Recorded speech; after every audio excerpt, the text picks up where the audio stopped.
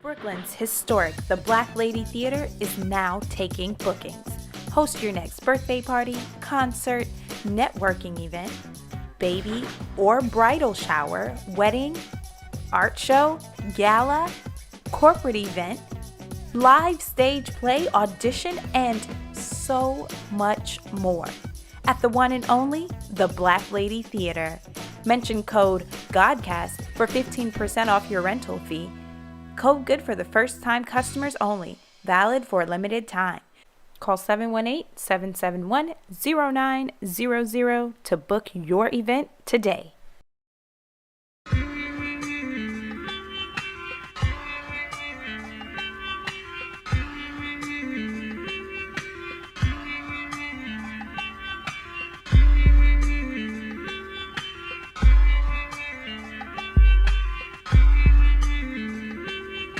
Peace. Today is Wednesday, July 3rd, making today's math understanding.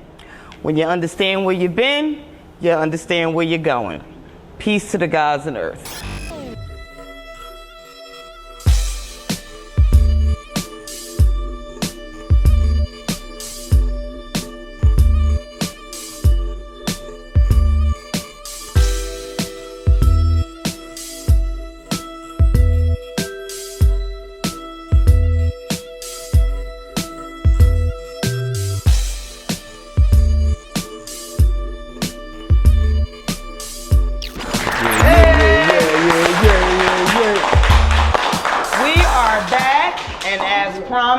Digga Digga, here to deliver.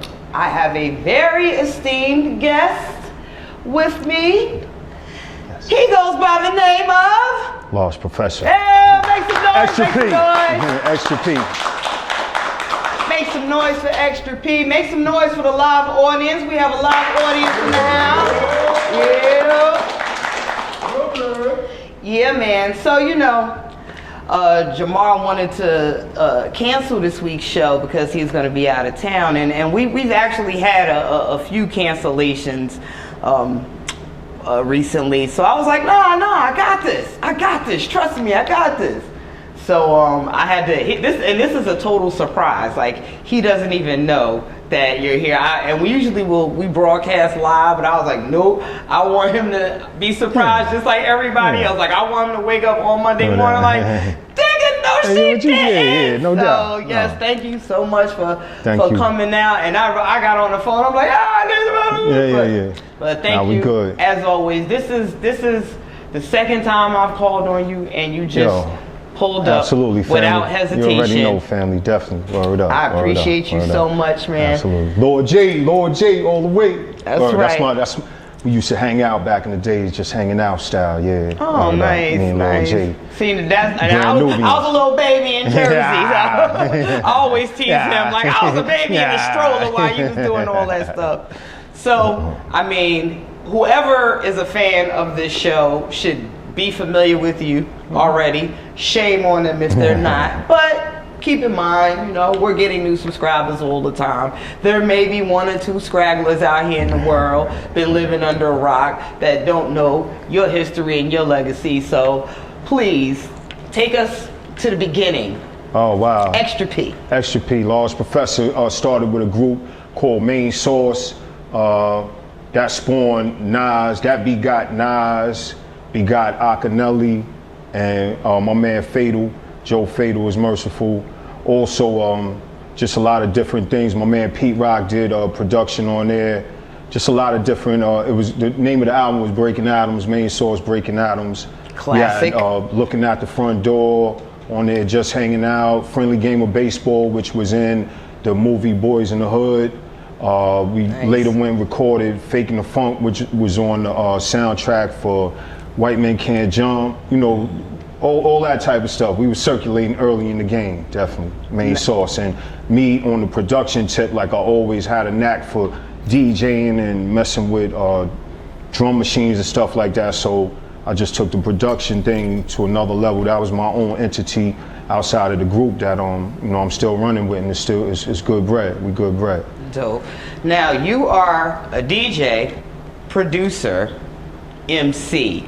What do you consider yourself first and foremost? Were you a MC that fell in love with producing and ultimately DJing, or were you a DJ that started rapping? Like, what was your first entry into like hip hop? Yeah, I'll probably say it was like the DJ. I mean, it wasn't actually DJing, but it was messing with records. You know, as a kid, like you messing with records, they like toys, and you might mistakenly like, you know, that type of thing. But it wasn't like, you know, I was a full-fledged DJ, but I know I was messing with the music first and foremost. And then after that, like when Slick Rick and Dougie Fresh came out, I started writing.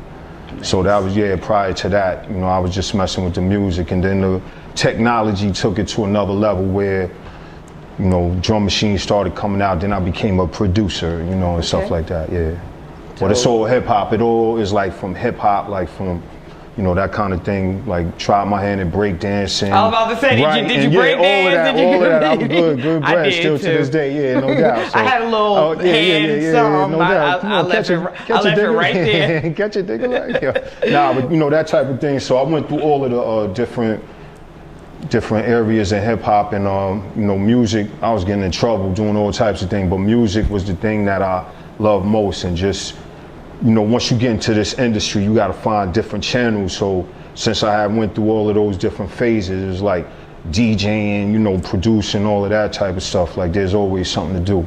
Right. So just, you know, getting busy throughout the years. Dope. Now, what was like the defining moment? Like, okay, like I'm doing this for real. Like this is about to be my career. Yeah. It was crazy because when I started production, the first one of the first groups that I worked with was Eric B and Rakim. Hey, so that was like not a bad entry. It was like, yo, wow, like wow. So, you know, I lived up though. I stepped up to it. I still had more to learn, but me and Rakim had a nice connection. You know, I mean, Eric B and Rakim had a nice connection, but a lot of times, like me and Rakim would be in there, like dicing stuff up, like, yo, nah, this, that type of thing, and that's where I got a lot of my production confidence from. I think, like, just being able to sit there with Rakim, not even on the rap tip, but just on the production tip, because he's a beast on the production too. But like, and just like, you know, get to compare with like the greatest at that time. It was like, wow. So, you know, I just took that and ran with it. Okay. Yeah. Who are like your musical influences? Who are your production influences, and who are your like rapper influences? Well, definitely on the rap tip, Slick Rick was big time. I mean, all them old, I won't say old school. I say old like OLE, but like all the old school. Technically, like, we're old school, you know, right? You know, like, let the youngins we traveling now, so you know, we be in Ireland and stuff, so it'd be old now instead of old. But yeah, like Melly Mel, all the dudes from back in the days, like, you know what I'm saying, still holding it down. Definitely Rakim, Slick Rick. Like I said, he's the one who really inspired me, like just to pick up the pen from the beginning. And then afterwards, it became Nas. It became the after, you know what I'm saying? It was like, all right, the dudes before me. Then it came like the dudes after that. I was like, yo, wow, like Raekwon and all of them, like the Wu-Tang, all of them. So it's a lot. Right. I know you have a very illustrious history with Nas, who is my favorite rapper. I put him, you know, as like my favorite of all time, but my GOAT is Kool G Rap. Oh wow! So, now see, you serious? You know what it is? Yeah, well, definitely, yeah. What was that like?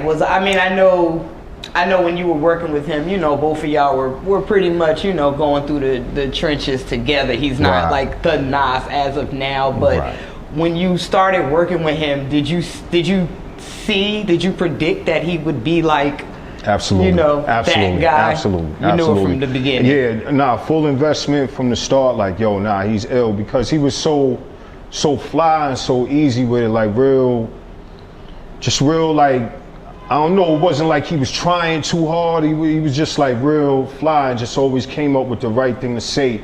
And like Q-Tip, not at that time, Queensbridge was like, they were still like lyrically like way up there for us in Queens. You know what I mean? Like everybody, Q-Tip, that's what I was going to say, but like that Queensbridge thing at that time, like he had it. It was just all because he knew Trash, he knew Shan, he knew everybody, and then that was all like.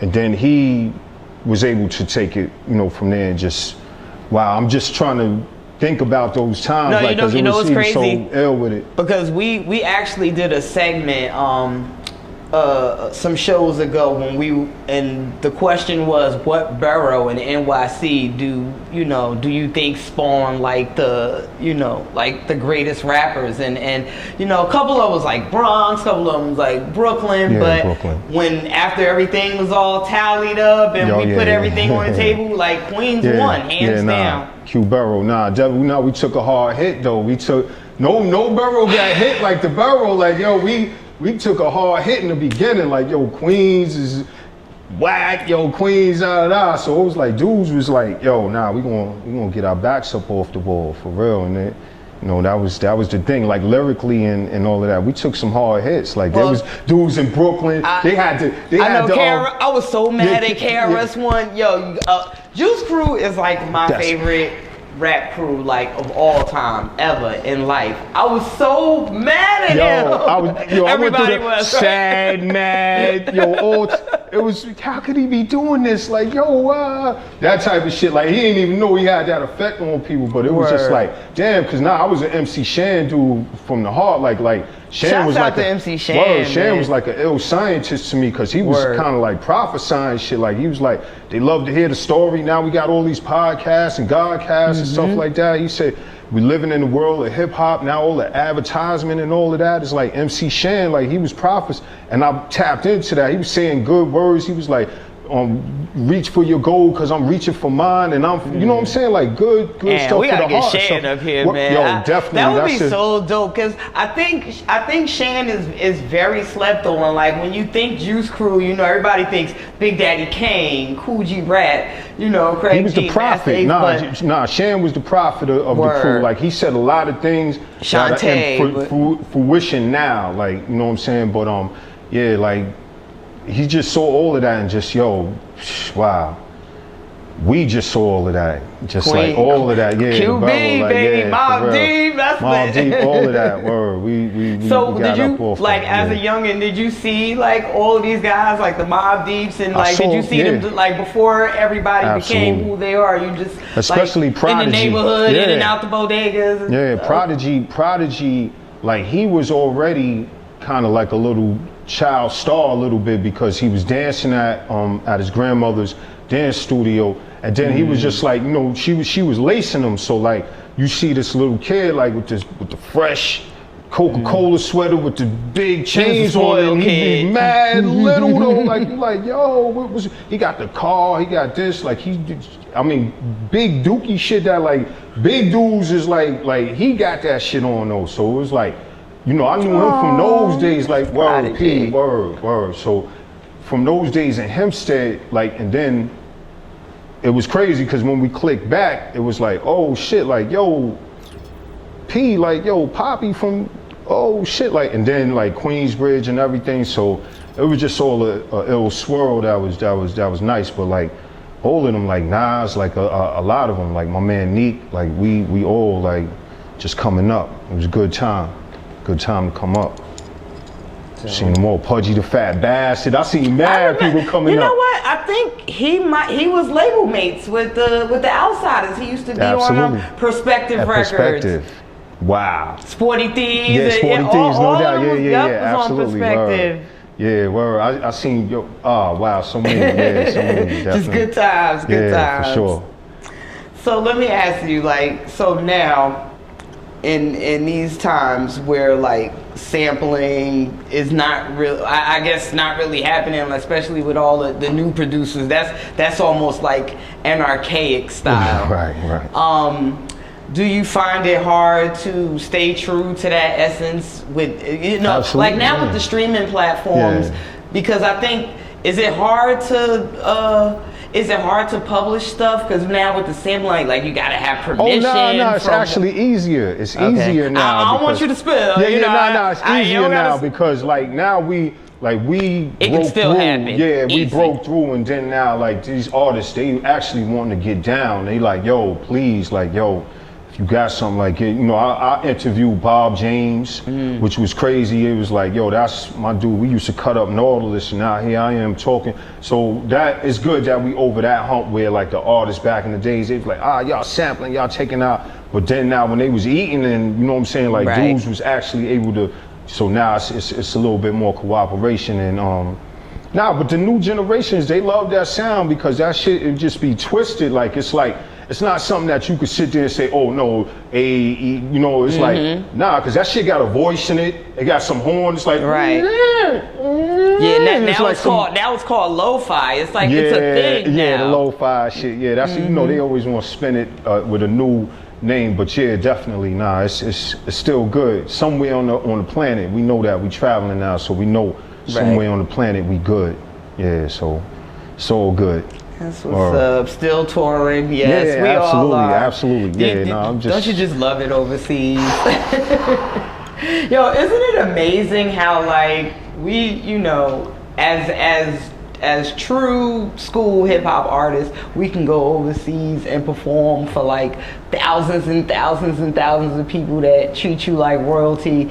And then when you're, you know, when you're home, I always say this, like, you know, when you're in your own backyard, you know, we moving through the circuits doing these 200, 300 venue capacities. No, you can't say that because I was out there in Jersey with you with the whole plethora of people out there. So you you're not. Exactly. I'm saying you was out there. You had a bunch of people out there. So I'm like, it's like that all over the world now. Like we made it. Like we survived that shit. So now it's like you walking down the block, somebody like, yo, what up? Da da da. Like all over. It's beautiful. It's a beautiful thing. We survived that shit, nigga. Word up. You know, I was just trying to be mine. You was out there in Jersey. You had the whole. I was like, wow. Like yo. So last summer, I headlined a festival at New Jersey Performing Arts Center, and I called up all my friends. I called you up. That was gangsta. I was like, that was a serious ass show. Like, see, I had you, Drez, I had Keith, I had Drez, I had oh man, who am I forgetting? And believe it or not, there were more people. I know. There were more people coming. Right? Red just landed on the plane. And I also put out Pace from the Outsiders. Absolutely. Too. Shouts out to Word. Outsiders, my Jersey-based crew.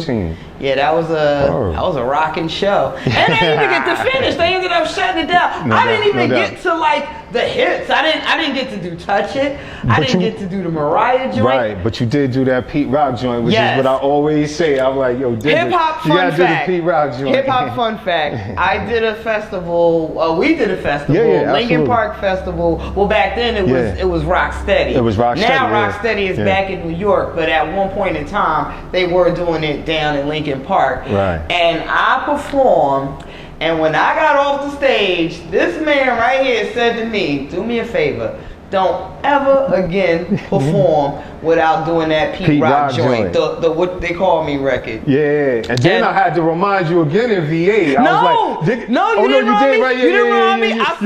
You said I got the Pete Rock joint. I said it's so crazy that you're here because no doubt. Honestly, ever since you told me that, I have never taken it out my set since. Because for a while, you know, sometimes it's weird with me because I do have like treasure chest. I kind of got like a Harvey Two-Face thing going on. It's like sometimes I'll get to a venue and it's all about the Touch It and the Mariah and the Party and Bull and, you know, the hits, if you will. But then there's some places I go, they want to hear Curtains, the Pete Rock, the Primo. So, you know, in the beginning, I was a little nervous, like trying to analyze the crowd, like, are they gonna know the album cuts? Are they gonna know the big?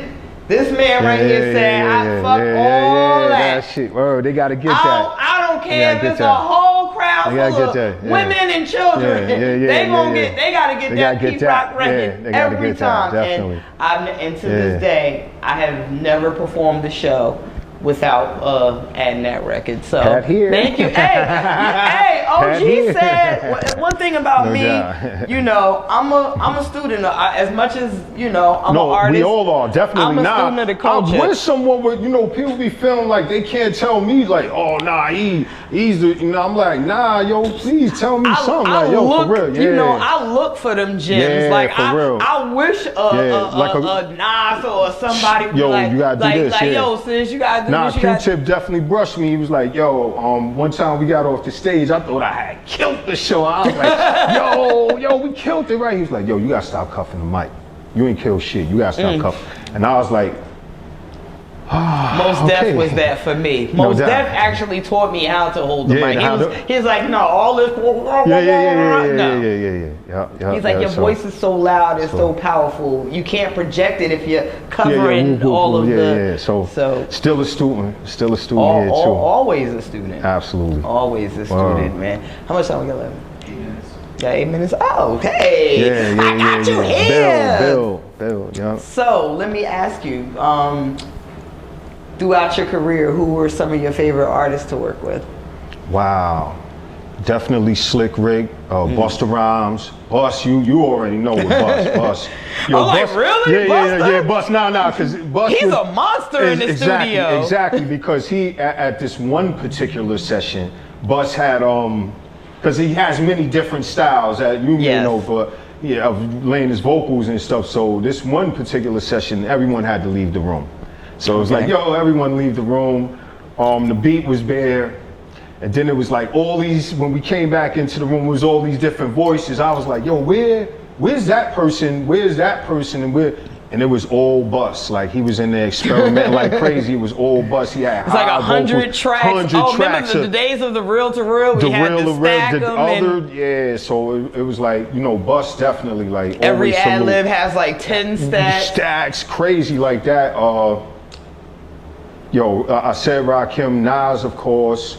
I said Slick Rick because the technique, that was the first person I saw like sit down and do his lyrics, like kind of thing. I mean, there's so many that I'm missing, but definitely like Common, a bunch of them. Apache. I'm trying to think of who may not be with us anymore. Apache. Right. That was dope because that shit was like a party when I worked with him. It was just like, yo, we ain't got no beat, we ain't got no rhymes, but we got some weed, we got some shit to drink. Like, yo, we good. Like, yo, what's good? Like, let's go. And it just came out such a beautiful joint right there. I was so happy to work with Apache. Word. Many others, but and then now I'm gonna be saying this later. I'm gonna be saying Rah Digga, like, yo, once we get some. Well, interesting enough, my second album, Everything Is a Story, that didn't come out. There is a track on there that you produced. I think it's Busta might have did something scientifical. Okay. But there is a track. Oh wow, I would love that. Credited, beautiful. to Large Professor. But I will say this: I would definitely want to do something. Fresh. Let's get something new. Yeah. Like listening to it, like I think at that time in my career it was like. Dirty Harry was like considered the breakout. I'm battling everybody. I've got all the, the upper echelon of producers and stuff. And I know J Records, the second album would have came out on J Records. And they are more of a, American Idol, the home of American Idol. So, well, explain this shit to me, cause I didn't know what was going on. Like, everybody started getting big. I was like, damn, J Records and like. So basically, we're on Elektra, and I do Dirty Harriet. Bomb. Busta does. What was the album that came after Disaster? Was that Anarchy that came after? Anarchy. That's the one I got a track on. Strikes? Yeah, definitely Anarchy. Anarchy was the one that came. Okay, so he does Anarchy, and then there was a joint with him folding like that. It was a black and white joint like that, and that he had. He got so many. That was the J Records joint. Well, I'll tell you this much.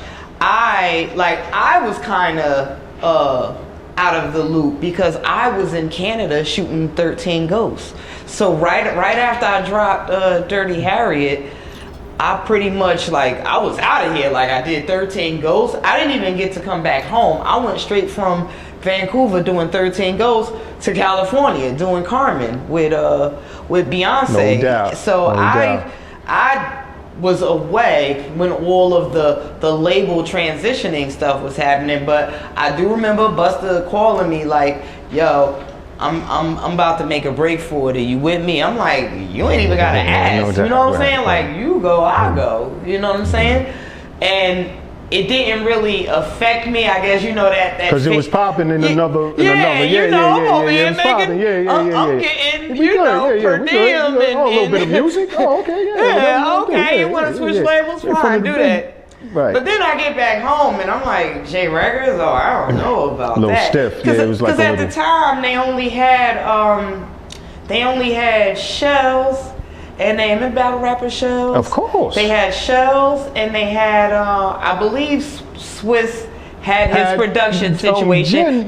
Jen was up there too. He had Cassidy. So that was really like the only thing going on at J. But J was known for American Idol. Cassidy, right? Everybody knew that American Idol like was what kept the lights on. So I was a little nervous. I was like, Bus, I don't know. Like I feel like they're not gonna get me, the type of artist I am. Like I'm not. We were stubborn. Like you could have lived up in a way, but we were stubborn back then. Like my way of that's how. Because you know what it is. I always looked at myself, even to this day. Like I always regarded myself as like an underground artist. Of course, all of the mainstream success I had, like in my heart, I was still underground. Yeah. So when they're talking about, oh, we're gonna put Alicia Keys on this hook and that, I'm like, because my first album.